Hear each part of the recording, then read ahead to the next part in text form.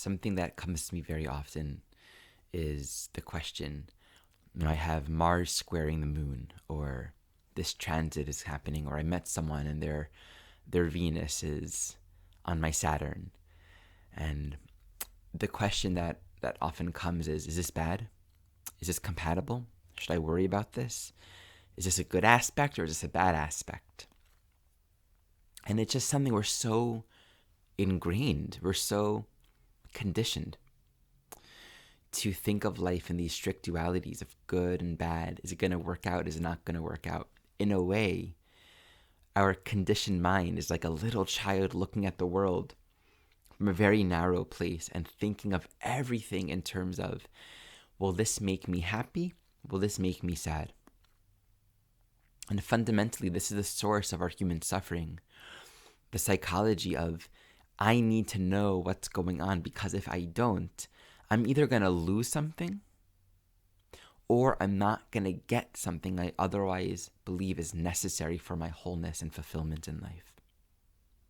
And so then we can't help but look at astrology and everything in our life, our relationships, our body, our possessions, our jobs, from this very limited point of view of what is it going to give to me? What am I going to lose? How can I not lose what I think I need? How am I going to get what I don't have, believe that I need, and thus preserve it so that I never lose it again, or that I make sure I get it? It's a very defensive stance, and oftentimes it seems very innocent. People come and they'll ask, what's going to happen? Am I going to find love? Or is this relationship going to work out? What is your advice for me in navigating this upcoming transit in life? And there's nothing wrong with asking these questions. There's nothing wrong with seeking clarity and wanting to have insight into our lives. But what I always attempt to do is to steer these conversations more in the direction of what wants to unravel, right? Like what's actually happening right now. As a beautiful flower of consciousness, what is this blossoming? And when we blossom, the bees come, the birds come, life happens, and it's out of our hands, it's out of our control. But we're so afraid of blossoming. We're so afraid of really walking this natural path of undoing, of unraveling, of realization, because we're afraid of what will happen. We're afraid of loss. We're concerned with our gains. And so this is where I want to continue to speak a little bit about astrology as a tool for self-realization and how I look at the chart, how I really see this work.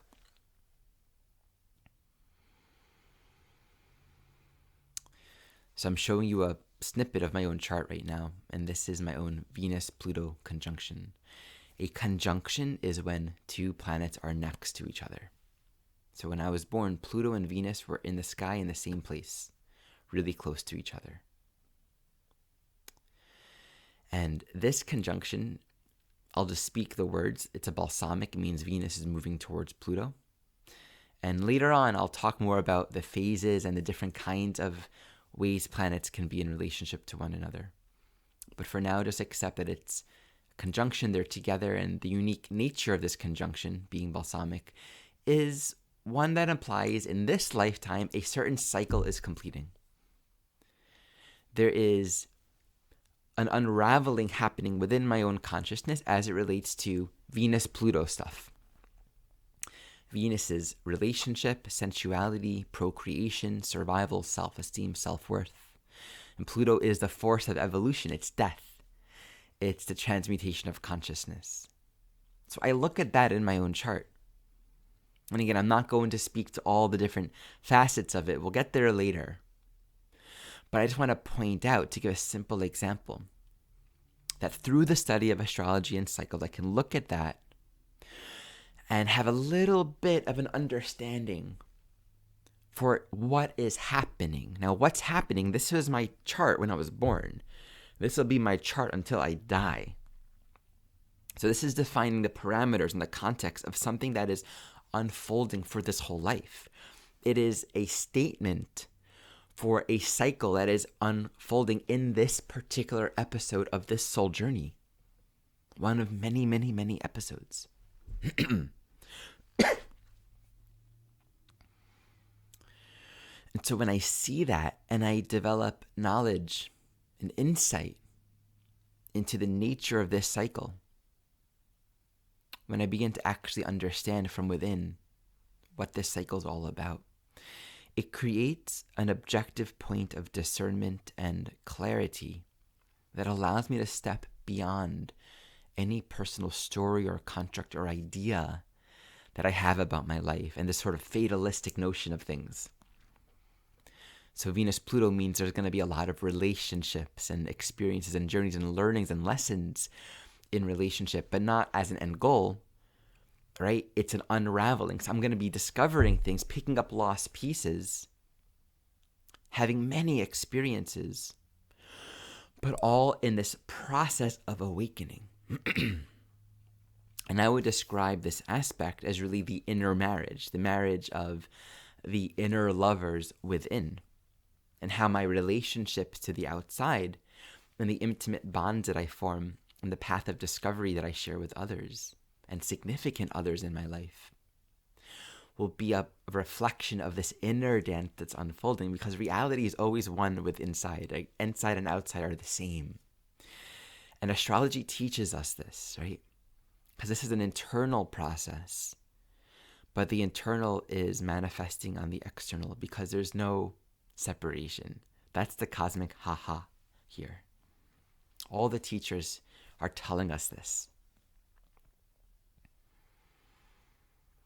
And so when I have that objective reference point, I can be in the midst of a struggle, in the midst of something challenging and difficult, because Venus-Pluto speaks so much about power dynamics and abuse or misuse or manipulation or being manipulated, losing, giving power away, things that deprive my own self-worth and self-esteem, or hooking my own power and vitality and worth into other people.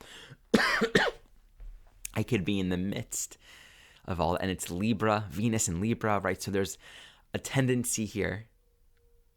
There is, to say this more accurately, there is an unraveling of a tendency and a reclaiming of a fundamental truth as I move through this karmic pattern of depending on other people's validation of me, Venus in Libra, as a determination of my own worth. And Pluto here is a big evolutionary cycle. So I might be engaging in that in the midst of something that I've often experienced in my own life as deeply debilitating to my own self-worth and self-esteem. Totally dependent upon how another person might feel about me.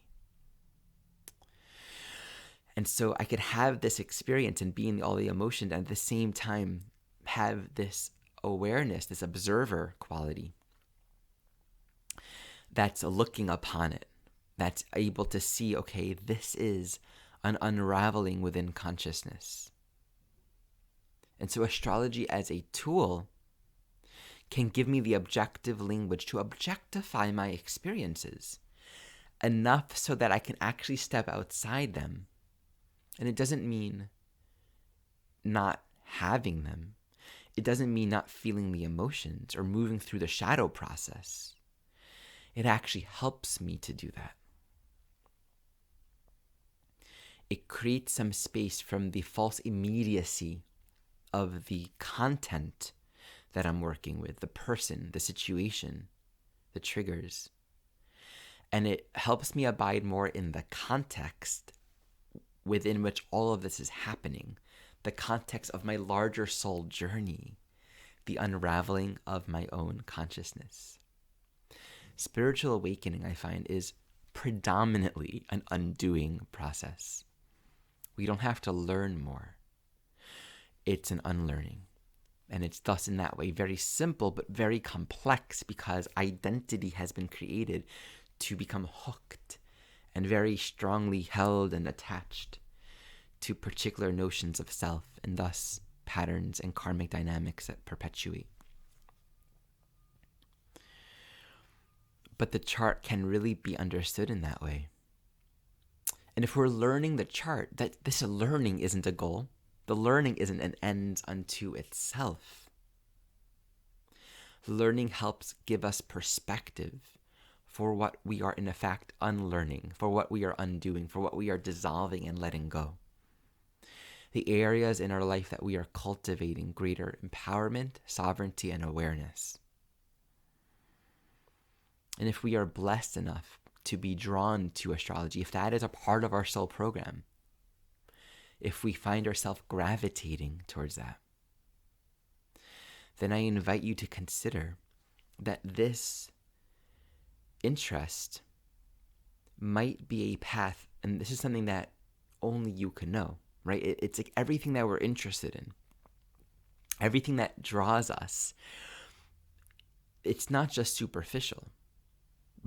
It might stay there for a long time, but I really invite this possibility, this perspective, to hold this space for how astrology is being offered to you, how it's available as a tool to support us, as a tool to support you on your own journey to cultivate wisdom and clarity as a soul, as a being of consciousness. I'm a very devoted practitioner of the I Ching, and I feel that the I Ching, which is this ancient Chinese oracle divination path, it's a profoundly wise tool. But it started for me as a deep curiosity and interest, and superficial for many years. But the more I work with the I Ching, the more I realize this is a tool of profound wisdom. And I don't consider myself to be as trained and practiced in it to really be teaching it. But my teachers who teach the I Ching, I see them teaching and working with it. And I recognize that they are absolutely working with the I Ching as a spiritual path, and helping others to do so in that way. And in fact, I Ching and astrology are very much related. They're all sort of the impersonal cycles of the cosmos. And so whenever we study anything that relates to the nature of consciousness and the cycles that are manifesting within and without, it's a path to understand our life and a way to engage with the content of our life with a little more detachment. It's like that saying, being in the world but not of it. So we can allow our karma to play out and live these experiences. But there's that factor, as we cultivate more awareness, as we are less bound by the identification with the nit and grit, and there's more of a spaciousness, it means the center of our attention is more in the soul, is more in the eternal. And we can hold that. We can cultivate that steadiness as a practice, as a place to return to. And that actually becomes a focal point that accelerates and moves these karmic dynamics through. We can't change these karmic dynamics, but that's that whole piece that I've been speaking to here. This wild card of awareness, of choice. So to come full circle, people ask, is this a bad transit? Is this a compatible relationship? And what I always want to do is steer the conversation towards, what is this inviting? And when we begin to look at astrology and our lives from this stance of what is this inviting within me, we actually begin to realize that life is friendly, that life is harmonizing in support and in service to awakening, because we are one with life, and the will of reality is to know itself. And so sometimes it's challenging. Sometimes we lose things, but these are all temporary things. And yes, it's hard. It's difficult sometimes. And there are some charts that are not easy, that imply there are deeply internal processes that are unfolding and being perhaps released. But the more we can direct our attention towards this greater and very good news of realization, of return, which is where peace and love and healing and forgiveness and unity is, where all of our problems are reframed in a completely different light. The more we can bring grace and wisdom and lightness and also support others, because when we're facing challenges in our own life, but we meet it with a more wise perspective, more of a curiosity to really see, what is this showing me? We're not just taking ourselves outside of victimhood. We're cultivating a certain resilience that allows us to face more adversity and to really be an inspiration and guide for others along the way.